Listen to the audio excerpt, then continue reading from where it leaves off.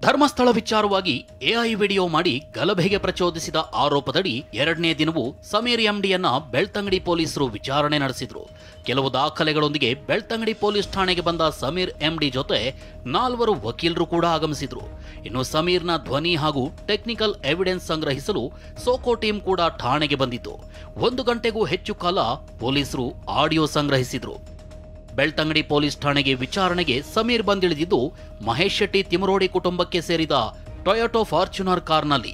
ತಿಮರೋಡಿ ಸಹೋದರ ಮೋಹನ್ ಕುಮಾರ್ ಶೆಟ್ಟಿಯ ಪುತ್ರ ಕಾರನ್ನ ಚಾಲನೆ ಮಾಡ್ಕೊಂಡು ಬಂದಿದ್ರು. ಇನ್ನು ಸಮೀರ್ ಮಹೇಶ್ ಶೆಟ್ಟಿ ತಿಮರೋಡಿ ಮನೆಯಲ್ಲೇ ಉಳ್ಕೊಂಡಿದ್ದಾನೆ ಅನ್ನೋ ಮಾಹಿತಿ ಇದೆ. ಒಂದ್ ಕಡೆ ಸಮೀರ್ನನ್ನ ಬೆಳ್ತಂಗಡಿ ಪೊಲೀಸರು ವಿಚಾರಣೆ ನಡೆಸುತ್ತಿದ್ರೆ, ಇತ್ತ ಮಾಸ್ಕ್ ಮ್ಯಾನ್ ಚಿನ್ನಯ್ಯನನ್ನ ಎಸ್ಐಟಿ ತೀವ್ರ ವಿಚಾರಣೆಗೊಳಪಡಿಸಿದೆ. ಚಿನ್ನಯ್ಯ ಎಲ್ಲೆಲ್ಲಿ ಸುತ್ತಾಡಿದ್ದ, ಎಲ್ಲೆಲ್ಲಿ ವಾಸವಿದ್ದ ಅನ್ನೋದ್ರ ಬಗ್ಗೆ ತನಿಖೆ ನಡೆಸುತ್ತಿರುವ ಎಸ್ಐಟಿ ಟೀಮ್ ಚಿನ್ನಯ್ಯನ ಹುಟ್ಟೂರು ಮಂಡ್ಯದ ಚಳ್ಳಬಳ್ಳಿಗೆ ತೆರಳಿ ಸ್ನೇಹಿತರು, ಸಂಬಂಧಿಗಳಿಂದ ಚಿನ್ನಯ್ಯನ ಕುರಿತು ಮಾಹಿತಿ ಸಂಗ್ರಹಿಸಿದೆ. ತಮಿಳುನಾಡಿನ ಚಿಕ್ಕರಸಿಪಾಳ್ಯಕ್ಕೂ ಎಸ್ಐಟಿ ಅಧಿಕಾರಿಗಳು ತೆರಳಿದ್ದು, ಅಲ್ಲಿ ಚಿನ್ನಯ್ಯನ 2ನೇ ಪತ್ನಿ ಮತ್ತು ಮಕ್ಕಳಿಂದ ಮಾಹಿತಿ ಸಂಗ್ರಹಿಸಿದ್ದಾರೆ.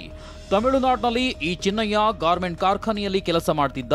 2 ವರ್ಷಗಳ ಹಿಂದಷ್ಟೇ ಉಜಿರೆಗೆ ಬಂದು ಸಫಾಯಿ ಕರ್ಮಚಾರಿಯಾಗಿ ಕೆಲಸಕ್ಕೆ ಸೇರಿದ್ದ. ಹೀಗಾಗಿ ಬುರುಡೆ ಚಿನ್ನಯ್ಯನ ಹಿನ್ನೆಲೆ ಕುರಿತು ಎಸ್ಐಟಿ ಅಧಿಕಾರಿಗಳು ಮಾಹಿತಿ ಸಂಗ್ರಹಿಸುತ್ತಿದ್ದಾರೆ. ಇತ್ತ ಚಿನ್ನಯ್ಯನಿಗೆ ಆಶ್ರಯ ನೀಡಿದ ಮಹೇಶ್ ಶೆಟ್ಟಿ ತಿಮರೋಡಿಗೆ ಎಸ್ಐಟಿ ನೋಟಿಸ್ ನೀಡುವ ಸಾಧ್ಯತೆ ಇದೆ. ಮಾಸ್ಕ್ ಮ್ಯಾನ್ ಚಿನ್ನಯ್ಯ ಎಸ್ಐಟಿ ಅಧಿಕಾರಿಗಳ ಮುಂದೆ ಬುರುಡೆ ರಹಸ್ಯ ಬಿಚ್ಚಿಟ್ಟಿದ್ದಾನೆ. ಈ ಬಗ್ಗೆ ಸಹೋದರ ತಾನಾಸಿ ಬಳಿ ಚಿನ್ನಯ್ಯ ಹೇಳ್ಕೊಂಡಿದ್ದಾನೆ. ತಾನಾಸಿಯನ್ನ ಎಸ್ಐಟಿ ವಿಚಾರಣೆ ಕರೆದಿದ್ದ ವೇಳೆ ಚಿನ್ನಯ್ಯ ಜೊತೆ ಮಾತನಾಡಲು ಅಧಿಕಾರಿಗಳು ಅವಕಾಶ ಮಾಡಿಕೊಟ್ಟಿದ್ರು. ಈ ವೇಳೆ ಚಿನ್ನಯ್ಯ ಕಣ್ಣೀರಿಡ್ತಾ ಎಸ್ಐಟಿ ಅಧಿಕಾರಿಗಳಿಗೆ ಈಗೆಲ್ಲಾ ಸತ್ಯವನ್ನ ತಿಳಿಸಿದ್ದೀನಿ, ಈ ರೀತಿ ಮಾಡಿದ್ದು ತಪ್ಪು ಅಂತ ಹೇಳ್ಕೊಂಡಿದ್ದಾನೆ. ಈ ಬಗ್ಗೆ ಸ್ವತಃ ಚಿನ್ನಯ್ಯ ಸಹೋದರ ತಾನಾಸಿ TV9 ಜೊತೆ ಮಾತನಾಡಿದ್ದಾರೆ. ನಾನು ಮುಸುಕುಗಾರಿ ಹತ್ರ ಹೋಗುವಂತ ಹೋದ ಕಳ್ಸಿಕೊಟ್ರು. ನಾನು ಮಾತಾಡಿದೆ, ಏನಪ್ಪಾ ಅಂದ್ರೆ ನಾನೆಲ್ಲ ಸತ್ಯ ಮಾತಾಡಿದೀನಿ. ಸತ್ಯ ಮಾತಾಡಿದ್ಯಾ ಏನ್ ನಿನ್ ಶರೀರಕ್ಕೆ ಎಲ್ಲಾರು ಜೈಕ ತಿನ್ಬೋದಲ್ಲ, ಯಾಕಿಂತ ಕೆಲಸ ಮಾಡಿದ್ರೆ ಹೋಗುದೆ. ಇಲ್ಲ ನಾನು ಸತ್ಯ ಮಾತಾಡಿದೀನಿ ಅಂತ ಕಣ್ಣೀರ್ ಹಾಕಕ್ ಮುಂಚೆ ನೀನ್ ಮುಂದ್ ತಿನ್ಬೇಕಾಯ್ತು, ಯಾಕೆ ಈ ತರ ಮಾಡ್ಕೊಳ್ತೇನೆ ನೀನ್ ಅನ್ನ ತಿನ್ನೋ ಬಾಯಿಲಿ ಅಂತ ಹೇಳ್ದೆ. ಇಲ್ಲ ನಾನು ಎಲ್ಲ ಸತ್ಯ ಒಪ್ಪಿದ್ರೆ ಸತ್ಯ ಹೇಳಿದೀನಿ ಬಿಡು ಅಂತ. ಮತ್ತೆ ಅಷ್ಟರೊಳಗೆ ಅವನಿಗೆ ಶ್ರೇಷ್ಠಿಗೆ ಹಾಸ್ಪಿಟ್ಲ್ ಕರ್ಕೋದ್ರು. ಇನ್ನು ಚಿನ್ನಯ್ಯ ಹೆಣ ಹೂಳೋ ಕೆಲಸ ಮಾಡ್ತಾ ಇದ್ದುದು ನಿಜ, ಆದ್ರೆ ಆಗ ಡಾಕ್ಟರ್ ಹಾಗೂ ಪೊಲೀಸರು ಕೂಡ ಬರ್ತಾ ಇದ್ರು ಅಂತ ತಾನಾಸಿ ಹೇಳಿದ್ದಾರೆ. ಧರ್ಮಸ್ಥಳ ಪ್ರಕರಣ ಸಂಬಂಧ ಹೋರಾಡ್ತಿರೋ ಗಿರೀಶ್ ಮಠಣ್ಣನವರ್ ಮಾಧ್ಯಮಗಳ ಮುಂದೆ ಓರ್ವ ವ್ಯಕ್ತಿಯನ್ನ ಮಾನವ ಹಕ್ಕುಗಳ ಅಧಿಕಾರಿ ಅಂತ ಪರಿಚಯಿಸಿದ್ರು. ಗಿರೀಶ್ ಮಠಣ್ಣನವರ್ ಮಾನವ ಹಕ್ಕುಗಳ ಅಧಿಕಾರಿ ಅಂತ ಪರಿಚಯಿಸಿದ್ದ ವ್ಯಕ್ತಿ ಅಸಲಿಗೆ ಓರ್ವ ರೌಡಿ ಶೀಟರ್. ಆತನೇ ಮದನ್ ಬೊಗಡಿ. ಹಳೆ ಹುಬ್ಬಳ್ಳಿ ಶಿವಶಂಕರ್ ಕಾಲೋನಿಯ ತಾಂಡಾ ನಿವಾಸಿ ಮದನ್ ಬೊಗಡಿ ಹುಬ್ಬಳ್ಳಿಯ ವಿವಿಧ ಠಾಣೆಗಳಲ್ಲಿ ರೌಡಿ ಶೀಟರ್ ಆಗಿದ್ದಾನೆ. ಕೊಲೆ ಯತ್ನ, ದರೋಡೆ ಸೇರಿದಂತೆ ಹಲವು ಪ್ರಕರಣಗಳಲ್ಲಿ ಆರೋಪಿಯಾಗಿದ್ದಾನೆ. ಕಳೆದ ಡಿಸೆಂಬರ್ 30ರಂದು ನಡೆದ ರೌಡಿ ಪರೇಡ್ನಲ್ಲೂ ಮದನ್ ಭಾಗಿಯಾಗಿದ್ದ. ಈ ವೇಳೆ ಹುಬ್ಬಳ್ಳಿ ಧಾರವಾಡ ಪೊಲೀಸ್ ಆಯುಕ್ತ ಶಶಿಕುಮಾರ್ ಮದನ್ನನ್ನ ತರಾಟೆಗೆ ತೆಗೆದುಕೊಂಡಿದ್ರು. ಇನ್ನು ನಾನು ಅಂತಾರಾಷ್ಟ್ರೀಯ ಮಾನವ ಹಕ್ಕುಗಳ ಭ್ರಷ್ಟಾಚಾರ ವಿರೋಧಿ ಸಾಮಾಜಿಕ ನ್ಯಾಯ ಆಯೋಗದ ಪದಾಧಿಕಾರಿಯಾಗಿದ್ದೀನಿ, ನಮ್ಮದು ಸರ್ಕಾರೇತರ ಸಂಘಟನೆ ಅಂತ ಮದನ್ ಬೊಗಡಿ ಸ್ಪಷ್ಟನೆ ನೀಡಿದ್ದಾನೆ. ಧರ್ಮಸ್ಥಳದ ವಿರುದ್ಧ ಷಡ್ಯಂತ್ರ, ಅಪಪ್ರಚಾರ ಮಾಡಲಾಗ್ತಿದೆ ಅಂತ ಆರೋಪಿಸಿ ಬಿಜೆಪಿ ನಾಯಕರು ಧರ್ಮಸ್ಥಳ ಚಲೋ ನಡೆಸುತ್ತಿದ್ದಾರೆ. ಸೋಮವಾರ ಬಿಜೆಪಿ ನಾಯಕರು ಜಯನಗರ ಶಾಸಕ ಸಿಕೆ ರಾಮಮೂರ್ತಿ ನೇತೃತ್ವದಲ್ಲಿ ಧರ್ಮಸ್ಥಳ ಯಾತ್ರೆ ನಡೆಸಿದ್ದಾರೆ. ಬೆಂಗಳೂರಿನ 5 ಕ್ಷೇತ್ರಗಳ ಮುಖಂಡರು 300 ಕಾರಿನಲ್ಲಿ ತೆರಳಿ ಧರ್ಮಸ್ಥಳಕ್ಕೆ ನೈತಿಕ ಬೆಂಬಲ ಕೊಟ್ಟಿದ್ದಾರೆ. ಬಿಜೆಪಿಗೆ ಜೆಡಿಎಸ್ ಕೂಡ ಸಾಥ್ ಕೊಟ್ಟಿದೆ. ಈ ವೇಳೆ ದೇಗುಲದ ಮುಂಭಾಗ ವೀರೇಂದ್ರ ಹೆಗಡೆ ಅವರಿಗೆ ಸನ್ಮಾನ ಮಾಡಿದ್ದಾರೆ. ನಿಮ್ಮ ಪ್ರೀತಿ ನಾನು ಹೊರಲಾರೆ, ಸ್ವಾಮಿಗೆ ಒಪ್ಪಿಸ್ತೇನೆ, ಒಪ್ಪಿಸ್ತೇನೆ. ಅವರೆಲ್ಲ ಇದನ್ನು ಪ್ರೀತಿಸಿದೆ. ಯಾರು ಪ್ರೀತಿಯಿಂದ ಹೃದಯ ಆನಂದದಿಂದ ಯಾರು ಗೌರವಿಸಿದರು, ಯಾರು ಕ್ಷಮ ಬಗ್ಗೆ, ಕ್ಷೇತ್ರದ ಬಗ್ಗೆ ಗೌರವದಿಂದ ಅವರೆಲ್ಲರಿಗೂ ಕೂಡ ಶ್ರೀ ರಂಗನಾಥ ಸ್ವಾಮಿ ಒಳ್ಳೆದು ಮಾಡಲಿ.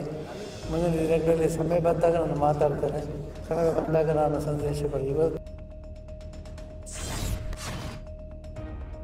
ಅಂತಾರಾಷ್ಟ್ರೀಯ ಬೂಕರ್ ಪ್ರಶಸ್ತಿ ವಿಜೇತೆ ಖ್ಯಾತ ಲೇಖಕಿ ಬಾನು ಮುಷ್ತಾಕ್ ಅವರಿಂದ ದಸರಾ ಉದ್ಘಾಟನೆ ಮಾಡಿಸೋ ಸರ್ಕಾರದ ನಿರ್ಧಾರಕ್ಕೆ ಮಾಜಿ ಸಂಸದ ಪ್ರತಾಪ್ ಸಿಂಹ ಮತ್ತೆ ಅಸಮಾಧಾನ ಹೊರಹಾಕಿದ್ದಾರೆ.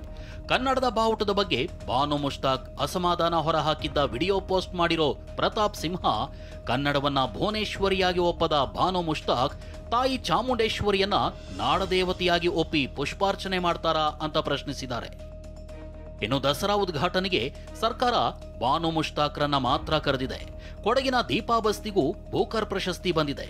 ಸಿದ್ದರಾಮಯ್ಯ ಯಾಕೆ ದೀಪಾ ಬಸ್ತಿ ಅವರನ್ನ ಕರೆದಿಲ್ಲ ಅಂತ ಬಿಜೆಪಿ ರಾಜ್ಯಾಧ್ಯಕ್ಷ BY ವಿಜಯೇಂದ್ರ ಪ್ರಶ್ನಿಸಿದ್ದಾರೆ.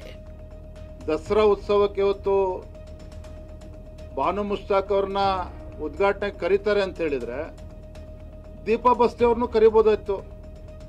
ಅವ್ರನ್ನೇ ಕರಿಬೇಕು ಅಂತೇಳಿ ಸಿದ್ದರಾಮಯ್ಯನವ್ರ ಅನಿಸ್ಲಿಲ್ಲ. ಇಂಡಿಯಾ ಕೂಟ ಸುಪ್ರೀಂ ಕೋರ್ಟ್ನ ನಿವೃತ್ತ ನ್ಯಾಯಮೂರ್ತಿ ಸುದರ್ಶನ್ ರೆಡ್ಡಿ ಅವರನ್ನ ಉಪರಾಷ್ಟ್ರಪತಿ ಚುನಾವಣೆಯಲ್ಲಿ ಅಭ್ಯರ್ಥಿ ಮಾಡಿರೋದನ್ನು ಕೇಂದ್ರ ಗೃಹ ಸಚಿವ ಅಮಿತ್ ಶಾ ಟೀಕಿಸಿದ್ದಾರೆ. ನಿವೃತ್ತ ನ್ಯಾಯಮೂರ್ತಿ ಸುದರ್ಶನ್ ರೆಡ್ಡಿ ಎಡಪಂಥೀಯ ಸಿದ್ಧಾಂತದ ಬಗ್ಗೆ ಅನುಕಂಪ ಹೊಂದಿದ್ದಾರೆ.